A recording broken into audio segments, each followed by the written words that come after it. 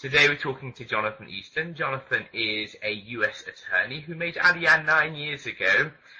Jonathan, first of all, tell us, where did you come from? Well, directly we came from Montreal. We lived in Montreal for 1 year before coming to Eretz Yisrael, and I look at it as that was the Yerida Tzarech Aliyah. That was the going down, going from America to Montreal, then coming up to Israel. We came from Montreal. Great. And obviously one of the hardest things when making Aliyah is deciding exactly where you want to be. There are so many choices. What advice could you give somebody looking at making Aliyah, or maybe somebody who is a new Oleh, who is still trying to work out where their permanent place should be? What advice can you give them? I would say the starting off point is when a person is coming from whether it's England or America to come to live here, they have to go with the mindset that they're going to move. They're not just going to go from Los Angeles to Carmiel or from Los Angeles to Beit Shemesh. They don't and stay there. They have to have the mindset that they're going to move. That would start after that. With that mindset, the next step would be to think about some of the variables that I think are the most important variables are: where do you have friends or family in Israel who can provide a support network for you, especially at the beginning. The first few years can be very challenging, and you need a support network. So where do you have friends and family? The second thing is if you have children, where are there schools that fit whatever way you choose to live your life, whether you're religious or not religious? Where are there schools that fit your children?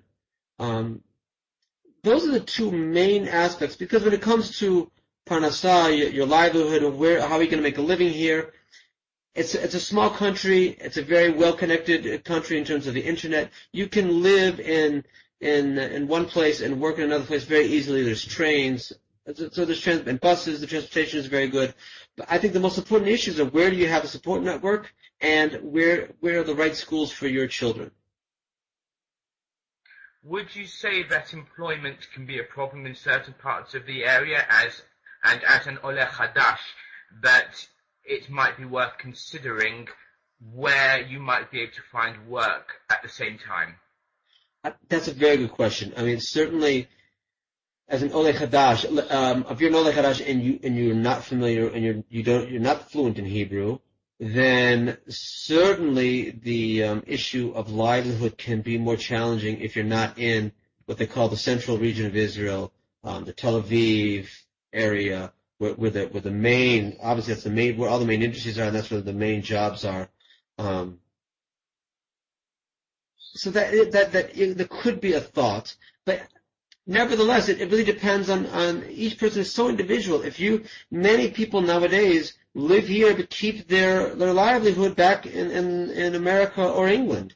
I know many people here who are, whether they're lawyers or accountants or whatever they may be, they're still working in America or still working in London, and that means commuting every once in a while back, or commuting several times a month, or being able to work everything on the internet.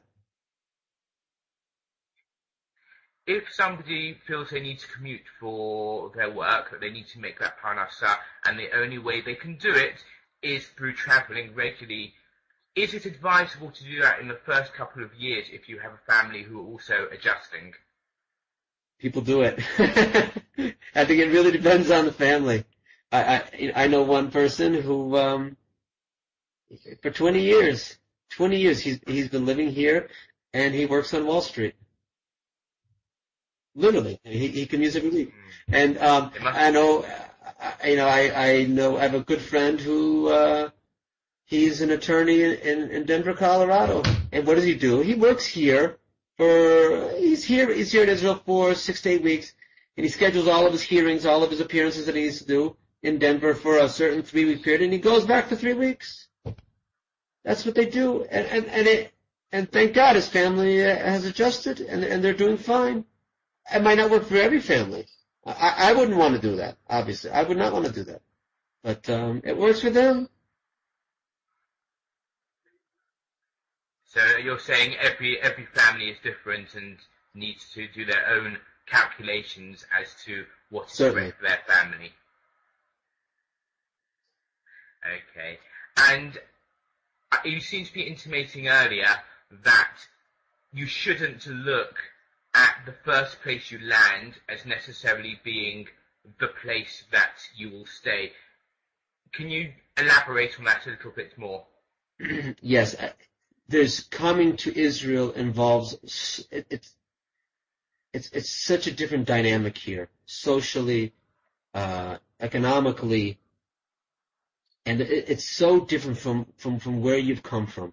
And I don't care whether you come from New York, Los Angeles, London, Johannesburg.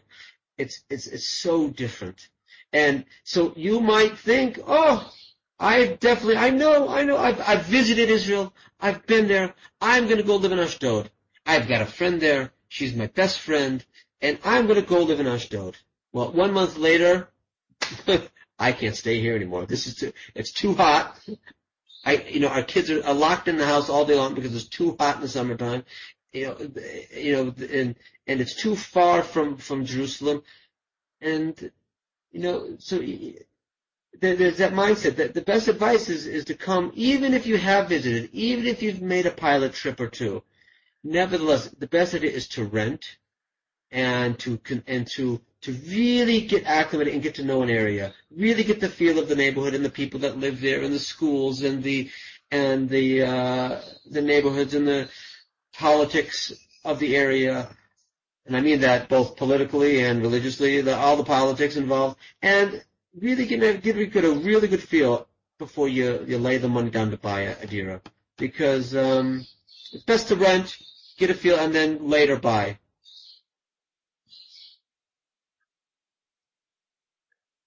Jonathan Easton, Thank you. thank you very much for your words of wisdom.